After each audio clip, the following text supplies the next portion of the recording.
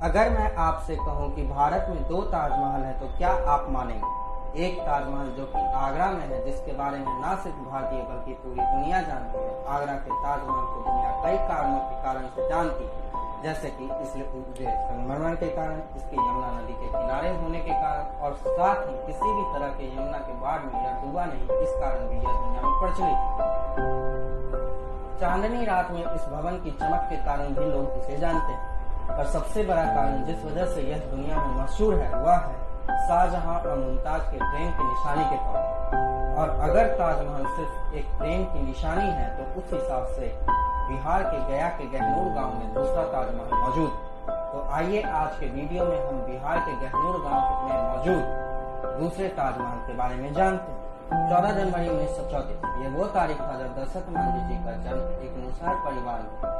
इस जाति को भारत और बिहार के सबसे निचले स्तर का जाति माना जाता है। जब दशरथ मांझी जी ने अपना कदम जवानी में रखा तब शायद अपनी गरीबी से परेशान होकर वह घर से भाग गए और झारखंड के धनबाद में मौजूद कोयले के खान में काम किया और इसके कुछ समय के बाद वह गाँव लौटे। वीडियो में आगे बढ़ने से पहले दशरथ मांझी जी के जन्म स्थान गया के गहनूर गाँव के बारे में जानते हैं। गहनूर एक छोटा सा गांव है जिसके पास अपने विकास के लिए काफी कम संसाधन मौजूद है। हालांकि यह गांव भारत के मैदानी इलाके में मौजूद है, मगर इस गांव के दक्षिण में 1 से 1.6 बिलियन साल पुराना पठार मौजूद है, जिस वजह से इस गांव के सबसे नजदीकी शहर वाजेगंज को सड़क माध्यम से पहुंच पाना इसी समय में असंभव है।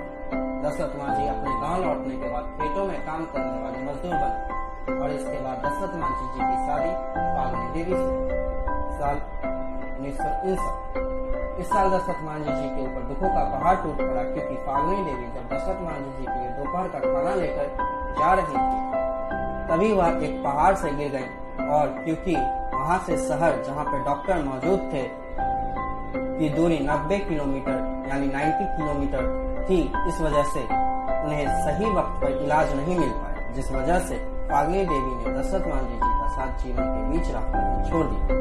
कई लोग यह भी कहते हैं कि अगर फाल्गुनी देवी को सही वक्त पर इलाज मिल जाता तो शायद उन्हें बचाया जा सकता। पर इसके बाद दशरथ मांझी जी के अंदर एक ऐसे ऊर्जा का संचार हुआ जिसे रोक पाना शायद असंभव।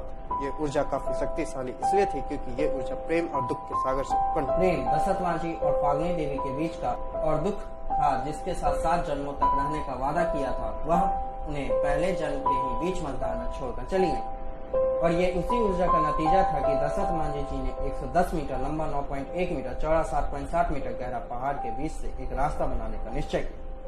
जहां एक तरफ दुनिया इस तरह के रास्तों को बनाने के लिए बड़े बड़े मशीनों पर भरोसा करती है, वहीं दशरथ मांझी जी ने अपने हाथों के ताकत और हथौड़ों पर भरोसा। इतिहास गवाह है, जब इंसान दुनिया से कुछ अलग करने की कोशिश करता है तो दुनिया उसे पागल करार दे देती। ऐसा कुछ दशरथ मांझी जी के साथ भी हुआ, पर लोगों के व्यंग की वजह से वे डरे नहीं और अपने काम में लगे रहे। एक तरफ मजबूत पहाड़ खड़ा था तो दूसरे तरफ प्रेम और दुख से उत्पन्न हुई मजबूत इरादों के साथ दशरथ मांझी जी खड़े थे। और तकरीबन 22 साल बाद उन्होंने पहाड़ के बीच से एक ऐसा रास्ता बनाया जो गया के अट्टारी और वाजीगंज ब्लॉक के बीच की दूरी को 55 किलोमीटर से घटाकर मात्र 15 किलोमीटर कर दिया। और बाद में उन्हें बिहार के मुख्यमंत्री नीतीश कुमार और भारत की केंद्र सरकार द्वारा कई तरह के सम्मान दिए।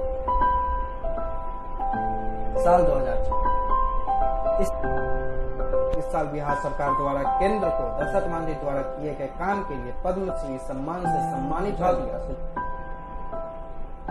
26 दिसंबर 2016 इस साल दशरथ मांझी जी के काम को देखते हुए भारतीय डाक सेवा ने उनके सम्मान में पोस्टेज स्टाम्प छापा, जिस पर दशरथ मांझी जी की तस्वीर थी।